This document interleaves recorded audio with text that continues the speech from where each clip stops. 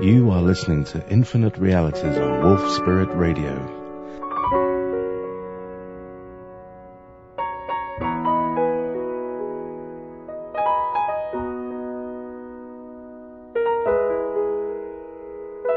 Helping you harness the infinite power of your mind.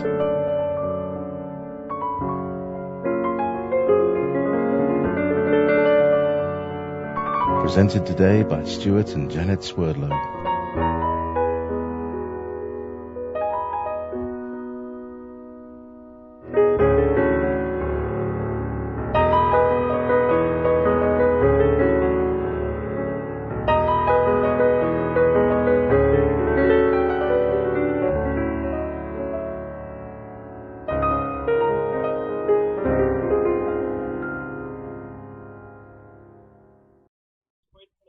And that it's a good party trick as well.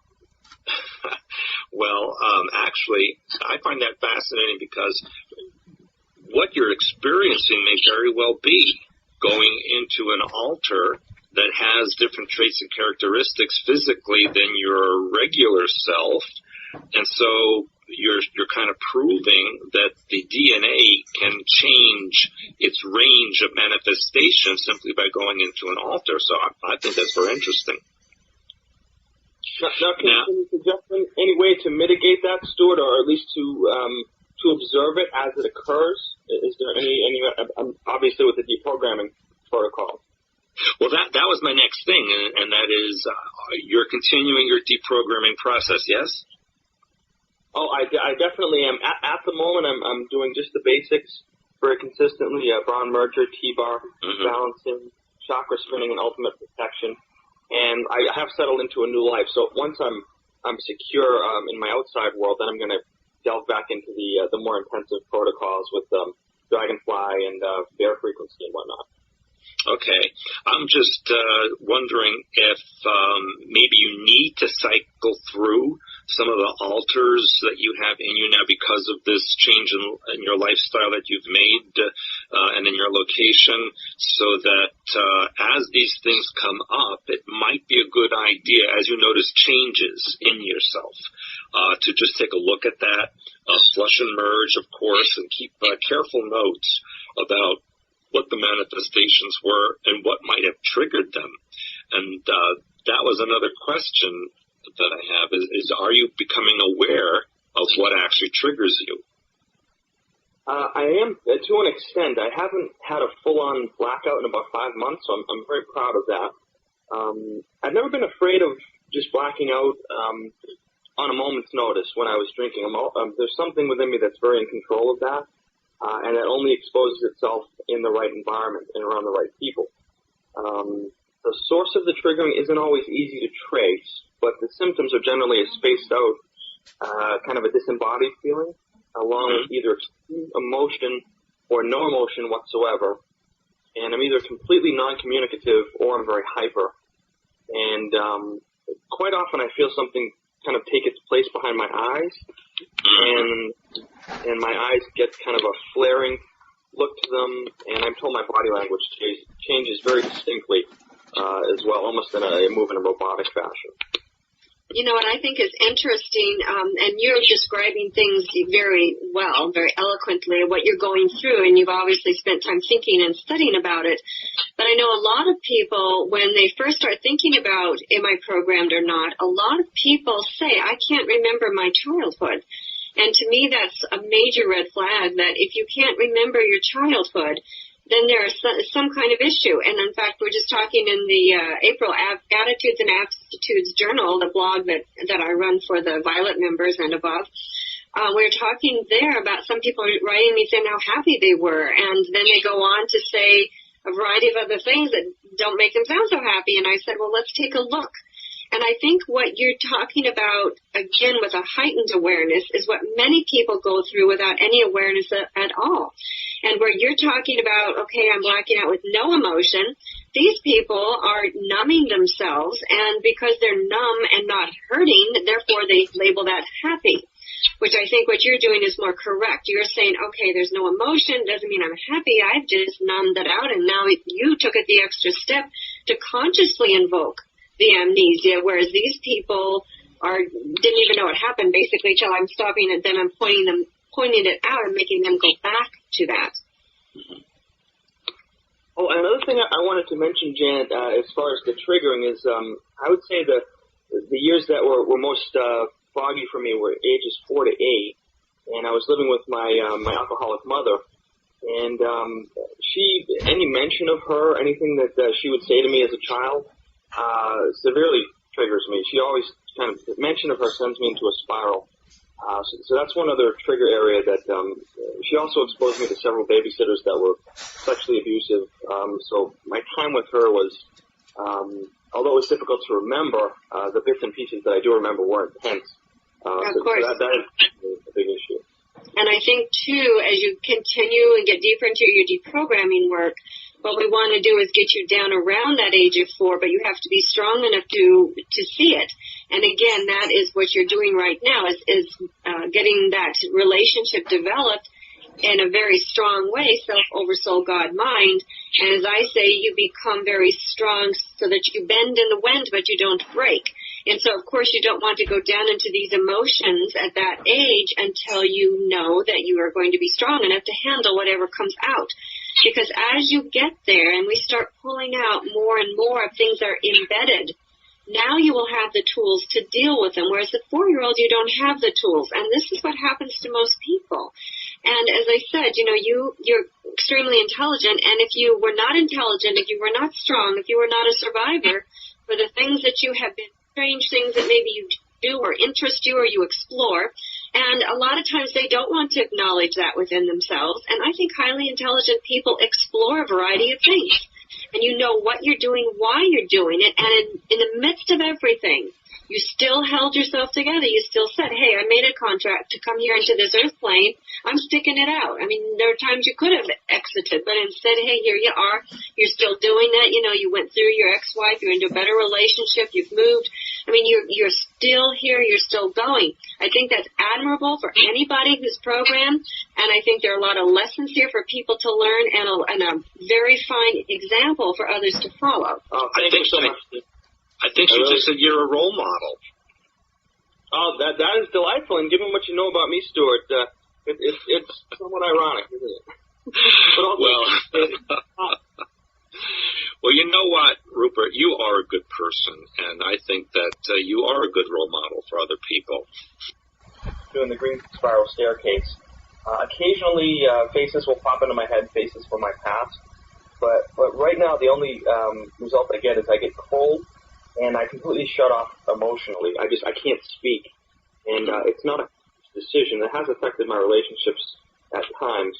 I simply can't get out of it, and the only thing that will remedy that is just going to sleep. When I wake up, I'm chipper. It always goes away, with a good sleep. But right now, it's just ice cold body, and I just can't really feel anything.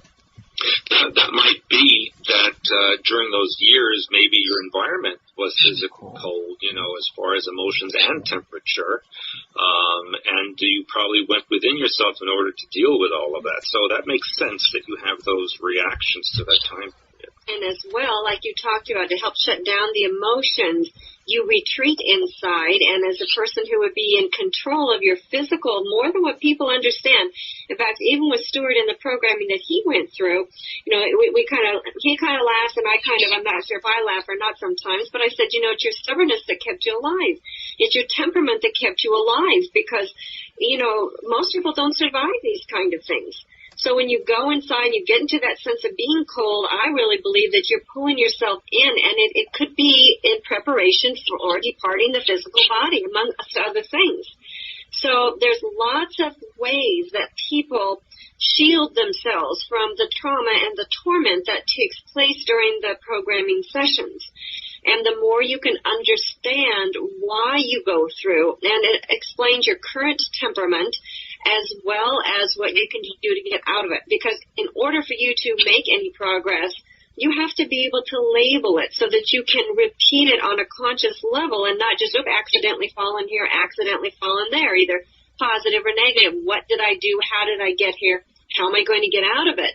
And so even with the green spiral staircase, instead of going down so many rungs, go down just a little ways. Either peer it. Stand on the top and peer at the green spiral staircase and see what comes up. And when that becomes so that you can not black out or not feel cold, then maybe get on that first rung or put one foot on the first rung or put it partly on the first rung, a little tiny bit at a time so that you can start to maintain consciousness over what's happening so you can get that label so then you can release it and go the next step. Because my feeling is for you the same as I know for Stewart and many other people. You get on that green spiral staircase and basically you're on the road to trauma. And consciously you don't want that. You start shutting down. So that makes perfect sense to me as well. Mm-hmm.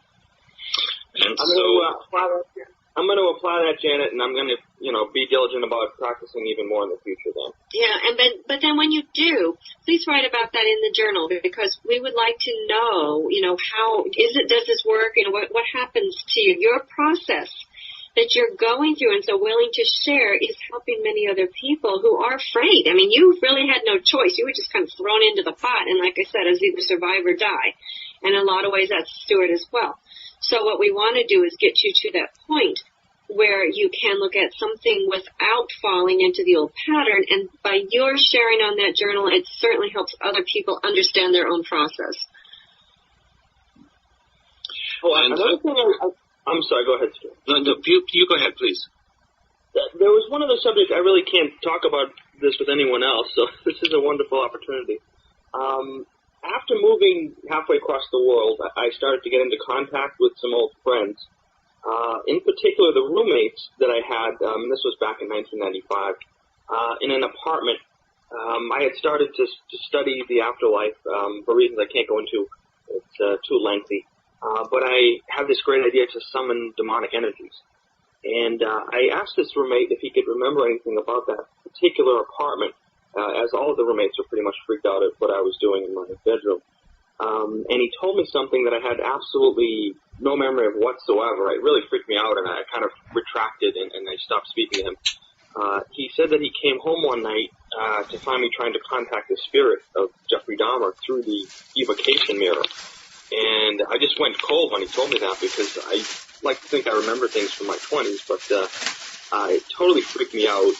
And then recently while watching a documentary on Dahmer, I was amazed at the similarities in his recounting of his blackouts and loss of memory, as well as his personality switching. They were alcohol-induced just like mine. So I was just shocked that, not that I'm trying to align with this individual, but just the blackouts, were so similar that I thought perhaps, you mentioned he was an alien entity, in the human body. But would there be any programming parallels with that type of behavior? Oh, absolutely, and I've seen that many times before.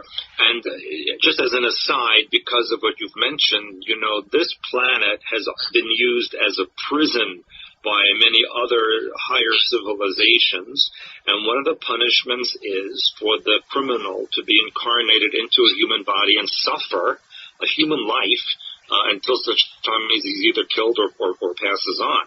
And so when the government sees such an individual, and they do know when these individuals are present, they model a lot of programming after the mind patterns of those beings in order for them to create assassins, that kind of thing, vigilantes, stalkers, what have you. So yes, absolutely. There is those kind of programs that are then imposed on certain people with the right kind of genetics. Oh, thank you. That helps so much. I was just so curious about it, and I couldn't put two and two together, but there was such a similarity there.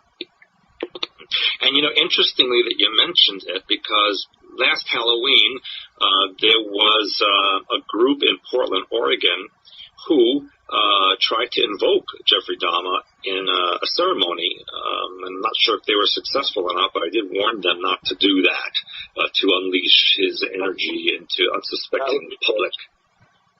No heads in my freezer, everyone, I assure you. We want to keep it that way. Just hands and feet, no heads. But anyway, so I wanted to ask you also how, and you kind of touched on this, but how are you, now able to have relationships at work and privately as opposed to back then before you knew about programming and deprogramming? Well, my relationships, they have drastically improved since my first consultation with you in 2009. I'm doing really well. I'm satisfied, I'm in a wonderful relationship, and I actually have a couple of friends. I didn't have any friends before. I just had that one relationship with my ex, and quite honestly, that was it. I had no other contact with anyone. And whenever I did socialize, which I dreaded socializing, but I do it well, I just put on a social persona, and people wonder why I don't want to interact socially because they observe how I'm so good at it. But it's painful for me to interact socially. But right now, after deprogramming, and thankfully being in contact with both of you, I can actually have a couple of real friends that I can have a true connection with, and not just talk about the boring, general subjects. And I'm just so much happier now. It's a huge difference. Well, the other thing, too, I think program people oftentimes, because of what they go through, they really have not had boundaries with other people. And so sometimes being in close proximity to others or the thought of it brings up torture-type memories on some level. And so immediately, like you said, yes, you can do it, but there's a cringing. And I think with your deprogramming tools and just hyperspace oversoul techniques in general, where it teaches you how to establish your boundaries, that gives you a sense of control and a way of keeping people at length unless you choose to allow them in, versus the opposite when that other people had their wants and wills and ways imposed upon you. So it gives you, again, a sense of control over a life that you may feel you had no control over. I also feel my self-worth has increased. I think I had a lot of low self-esteem, but it was more on a subconscious level. I had kind of a confident persona, but I wasn't very confident underneath. And now that I feel better about myself on many levels, I think I'm magnetizing more nurturing relationships, and that's something I really needed and I wasn't even aware of. I was going to say, too, since you kind of opened this little entryway, that, of course, we're going through the relationship journal in with Sandra and Benjamin, of course, also anonymous names. But the couple of things that you put in there, which I just posted today, I don't know if everybody's had a chance to read them, but I thought they were very, very good. And I actually, again, I admire that you were able to put this together, and I'm pretty good at reading the frequencies. From what I see behind it, I really do believe you're practicing what you're preaching. And so I hope people will have a chance to read what you wrote. It's under Rupert in the relationship journal on the members' side about Sandra and Benjamin. It was very, very good and heartfelt and excellent information. So to me, that tells me right there that you are making progress and you are making something work. You can't see it, even if you're just trying, because that's the first step, but you can't see it unless, you're doing it, you're living it. It's amazing. Well, I have some wonderful support here, Janet, and I really appreciate that, and it's inspiring, that's for sure. Someone's actually writing in on the chat room, and they want to know about Stalker programming, and it says it could have different layers of use, one that is more of a detailed observer recorder, out of more extreme examples. Is this relevant for Rupert as well? So let me ask you that question, Rupert. Do you feel that you have Stalker programming where you're more detailed in observing and recording information? Well, Stewart, didn't I stalk you for quite a while? Yeah, but I like that. From one program person to another, Yeah. Oh, my God. When we first started talking, I think we actually, I didn't notice it in the beginning, but after rereading those old emails that we were actually triggering each other, and then I had this goal to go to your April 2010 conference, and then I just went off the deep end, and I was sending you the most whacked-out emails. Just bizarre stuff, like you and I are little hobbits living in a hut, and just I would wake up from blackouts and go, oh, check the sent box, or what did I send them today?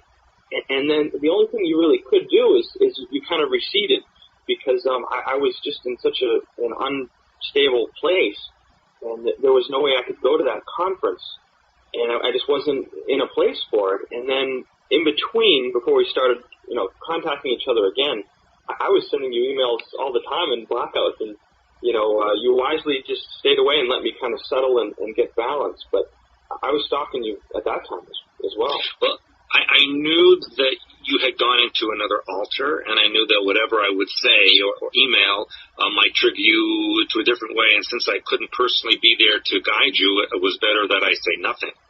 And that you come out of it. And I did send you energy for brown merging and violet anyway. I think I might have had your permission long before that to do so. Yeah. So it's oversoul level regardless. Yeah. As long as you do oversoul level, that's what's important. But that's a good example of how even during a deprogramming process, it's so easy to get knocked down again or to go, be triggered and activated into areas that you didn't even know you had. So, yeah, I mean that's actually a good thing that we talk about that because it shows people you just can't take things for granted in deprogramming. Yeah, and if those who want more details, be sure you read the 13 Cubed book because it is full of information. It's a challenging book to get through, I have to say. But it is full of information and one that you may, that you can refer to as all of our books, really. They're written for as you change, you're going to get different information out of the book depending upon what you're ready for. But 13 Cubed is an excellent place, as is our DVD series of mind control and programming. But, it's a little bit more intense. And then we also have hyperspace and advanced hyperspace oversoul and deprogramming techniques. So on the website there is a lot of help there for people wondering, what's going on with me. Because again, like with Rupert, usually specifically programmed people are highly intelligent. So because you don't see this in society, you're thinking, okay, I don't fit in, what's wrong with me? And like you said, Rupert, low self-esteem, low self-worth issues, a lot of trauma, a lot of torment, oftentimes in personal and the home life. Usually these people have difficult lives, but you're intelligent enough just to know something's not right, but what is that, and how do I label it? And you can't deal with something until you get that label on.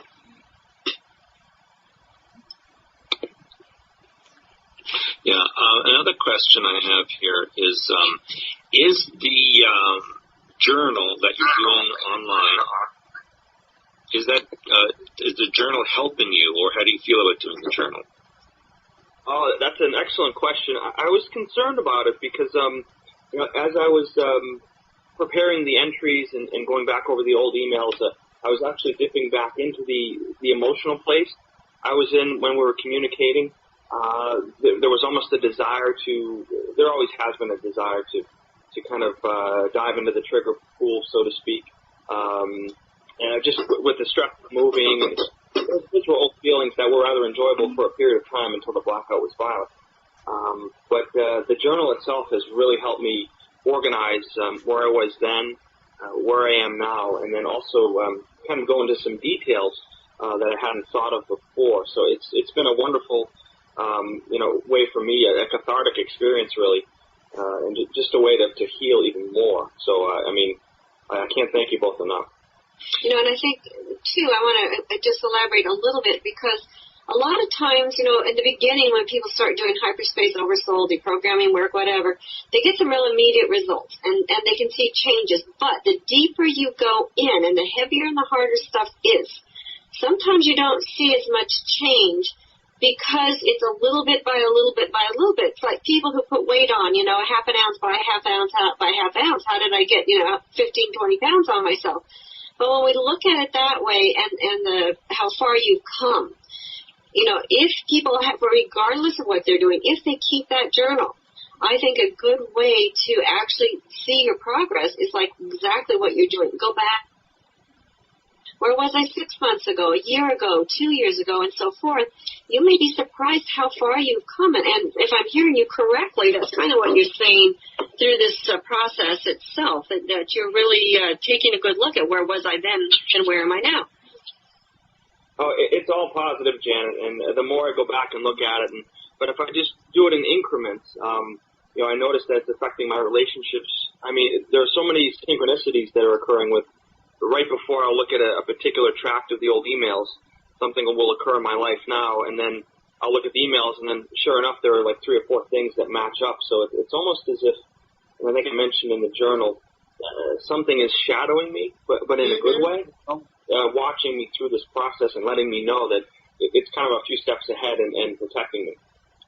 Sure. And, and I talk about the upward evolutionary spiral, which means, that instead of going on, some people get that way, they go in a circle. But when we are really working, I think it is more of an upward spiral. So you do kind of, you're using a little bit different verbiage, and it may be a little bit different for you. But as a general rule, then we kind of go up and we can look down and see where we were. We do cross those same type of places again, but in a little bit different way. And because we have already crossed it in one way, it helps us understand where we are now if we're open to that. So it's no longer a loop or a hamster wheel. It is that upward evolutionary spiral that keeps you moving along. Now, as far as further deprogramming techniques, based on what you both know about me, is there anything specific that I should be doing at this point? Anything that would get some results? I'm having issues with memory blockage, and I know that Oversoul is not going to allow memories to come through unless I'm prepared to deal with them.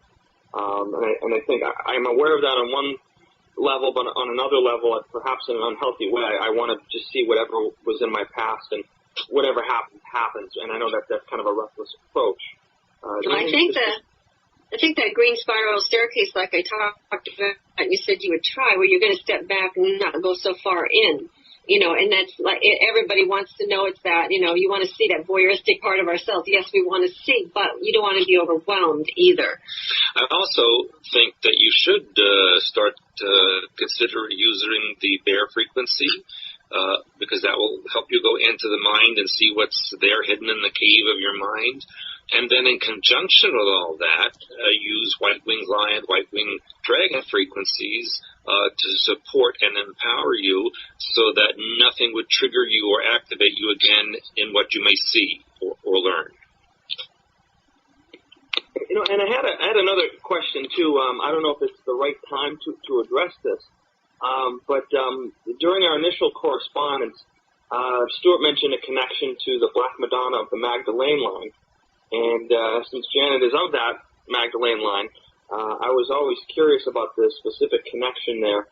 And you had both mentioned that, we're connected in some way. And I'm just curious if you could elaborate on that or if there's anything that would be appropriate to mention, at this time. Well, that's a good word, appropriate. I can tell you, I'll explain to the audience that,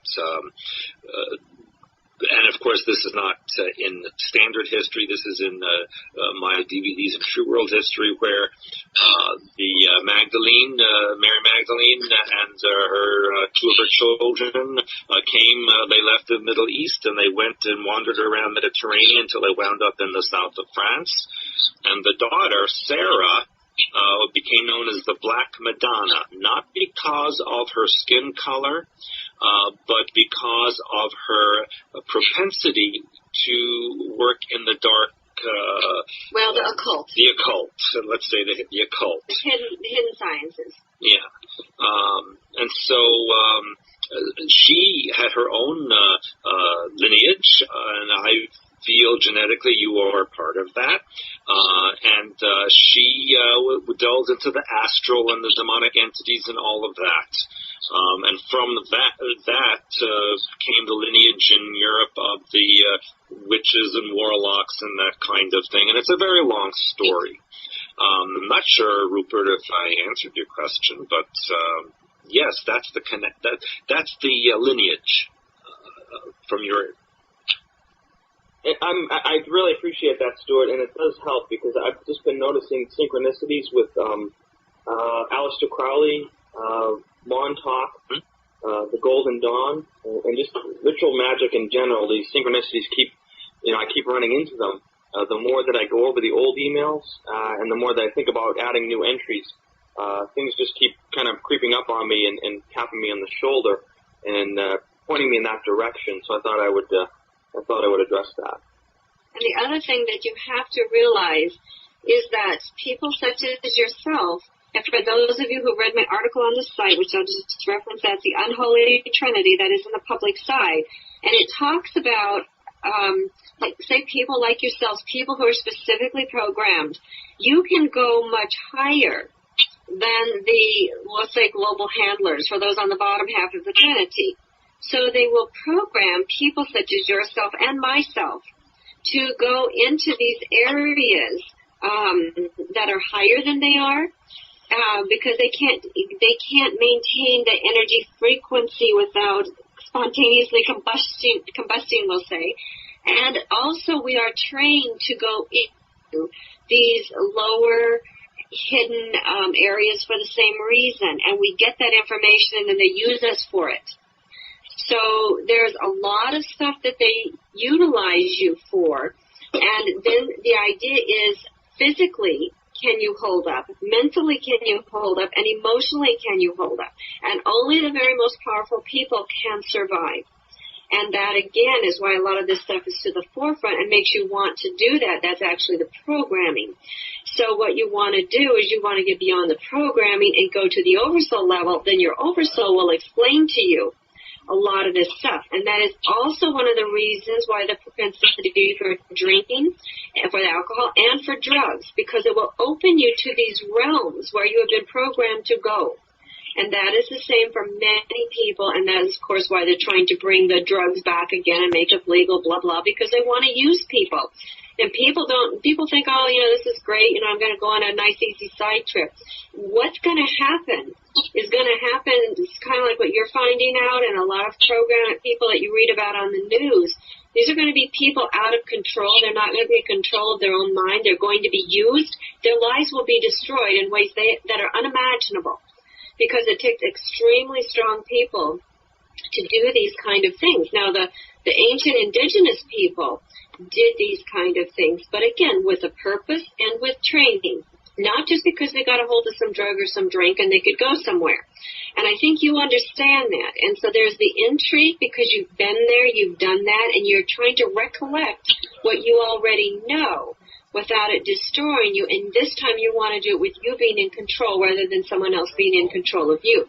So there's a lot of stuff going on. As Stewart says, it's a very deep and detailed story. But you can do this via the oversoul level versus the drink and drugging. And it's going to give you a whole different appreciation and a whole different perspective when you get that far. Well, I'll tell you, the addictive behaviors are definitely there. I am aware of them, and of course it's a lot easier to do it through that route than the oversoul level, Janet. So I'm definitely going to, I still enjoy my red wine, but otherwise I've been very healthy. And that's true. And I'm glad you brought that point up because, again, I did address the psychic energy versus oversoul level. Psychic energy, you're going to get there you're going to get there farther and faster. The oversoul level, you will eventually get there, but you will be stable and you will be able to handle it. So that's the difference.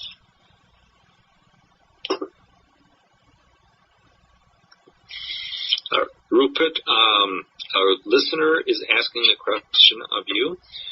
He wants to know how you think you were used as a monarch and how those involvements continue to impose stumbling blocks to healing, if at all. And are you still used officially, or have you been put out to pasture? Put out to pasture. That sounds like a nice thing in regards to programming, that's for sure. I'll be quite honest. I can only go with what I'm obsessed with, what's coming to my mind on a regular basis. And the things that I think about the most, as far as locations go, it's either Montauk or it's Antarctica. Those have been two obsessions even before. When I was 10, 11 years old, the word Montauk was just tattooed in my brain, and I couldn't make a connection then. So it's Montauk or Antarctica, and then also there's, I think, sexual proclivities that are a bit bizarre, and I can only relate that to programming experience. Nothing illegal or unhealthy, but just bizarre type things, as we elaborated on in the journal. So the only way to really say I'm still connected to programming is that I still have those mind patterns, and I do have some astral dreams here and there that involve group sex, and of course being drawn to things, demonic things. I feel like I'm healthier mentally, but my mind will still be drawn into those types of occult mind patterns and thoughts. So that's really the only light I have in the tunnel as far as answering that question. Hope that helps a bit. Maybe you can elaborate, Stewart. Well, I think that you did a good job on that, and yes, I think being put out to pasture and programming is a good thing, except it doesn't end it. It just says we're just putting you out here till maybe we're ready to use you again at some point, and you want to be, on your own, which is what you're doing and what you're working towards.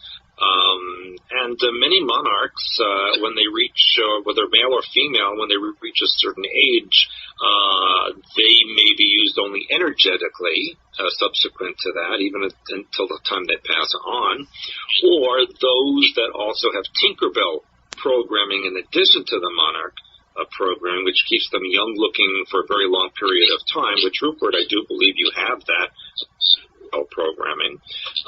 And so you can be used physically for an extended period of time as well. The next question I have for you, Rupert, is you mentioned the Montauk project, and we've talked about that privately for a bit of time. Did you actually go there and visit there?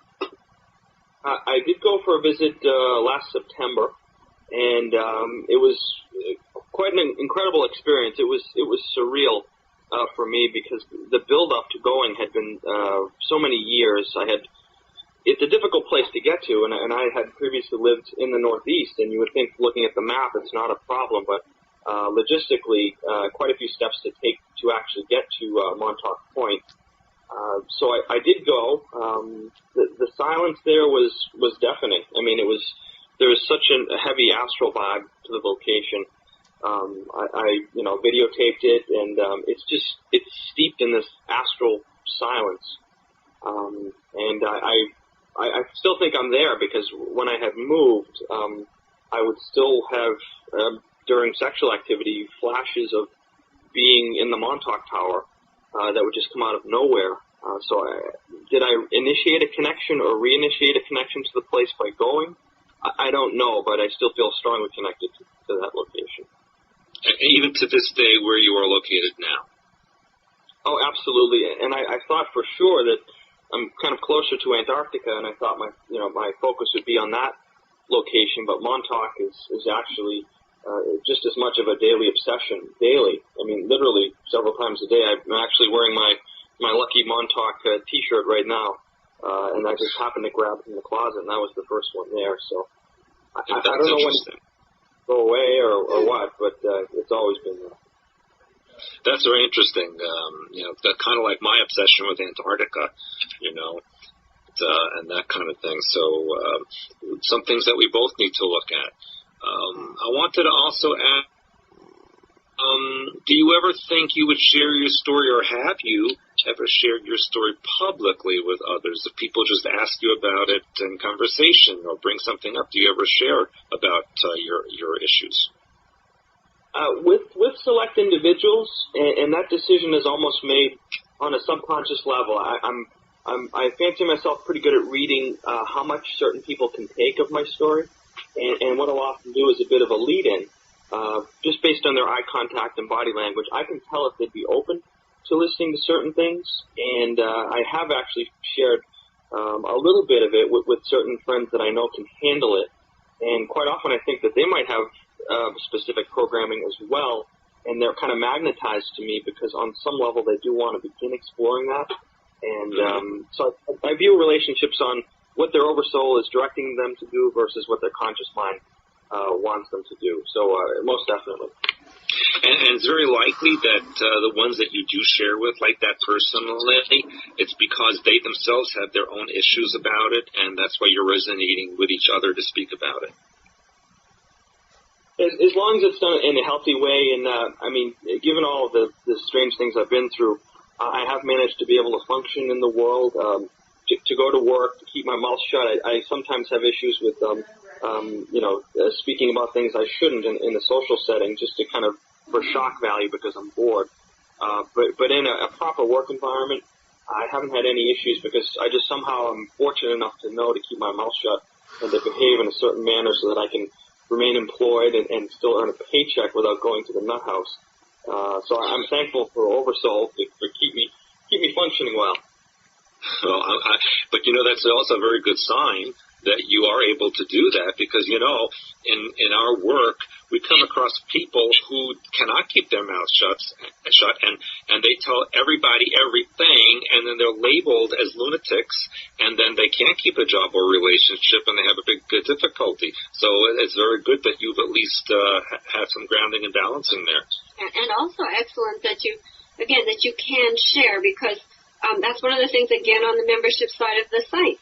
I talk to this about people all the time. I call it isolation programming, that as long as they can keep us apart, we can't help each other. But people like you who are willing to take a risk, and you're sharing very intimate, personal details for people so that they can understand it. And even though they post on our site basically anonymously anyway, there's so many that are concerned about talking about certain things.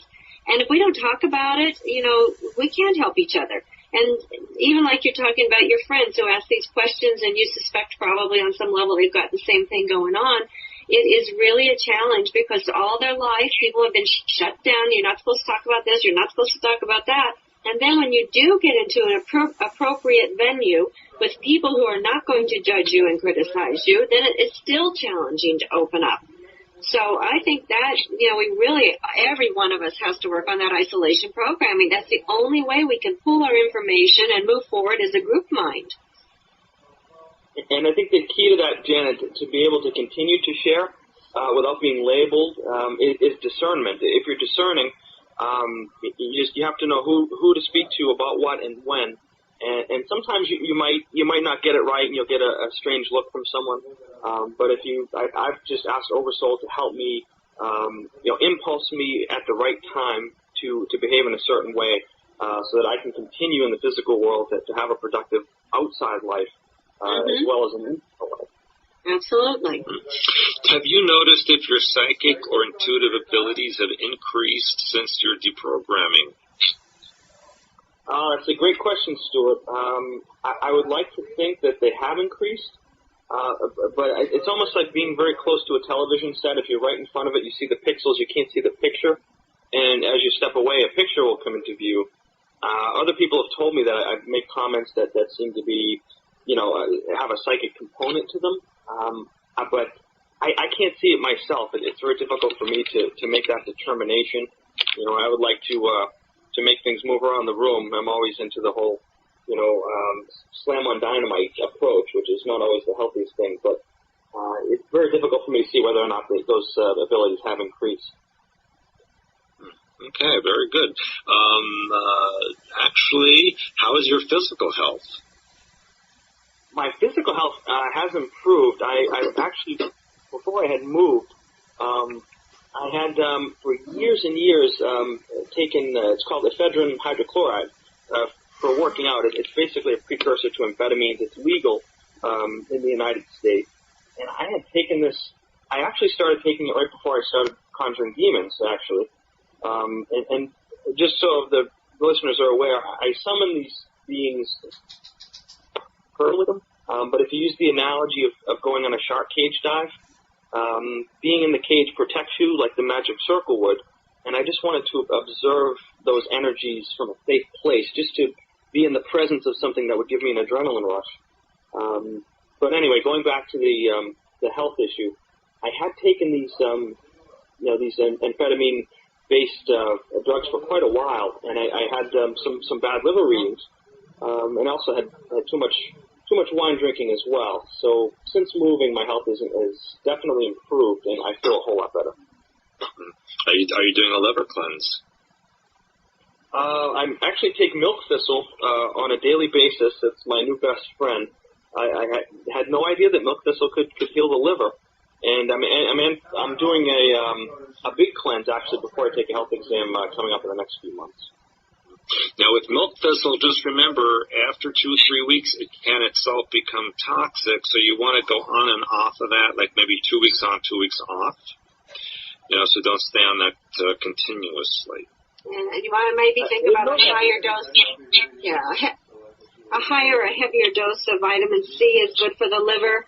as is organic lemon juice and lime juice to help clean the liver out, and greens, the green juicing.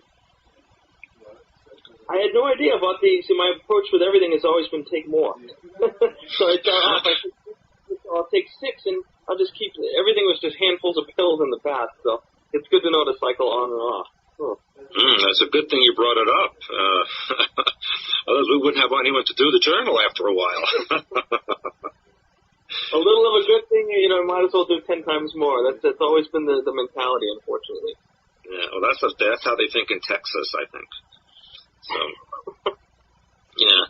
Well, actually, now that we have just a few minutes left, what messages do you have for other male monarchs? Well, I've thought about this quite a bit. Basically, to remember that you're not a victim.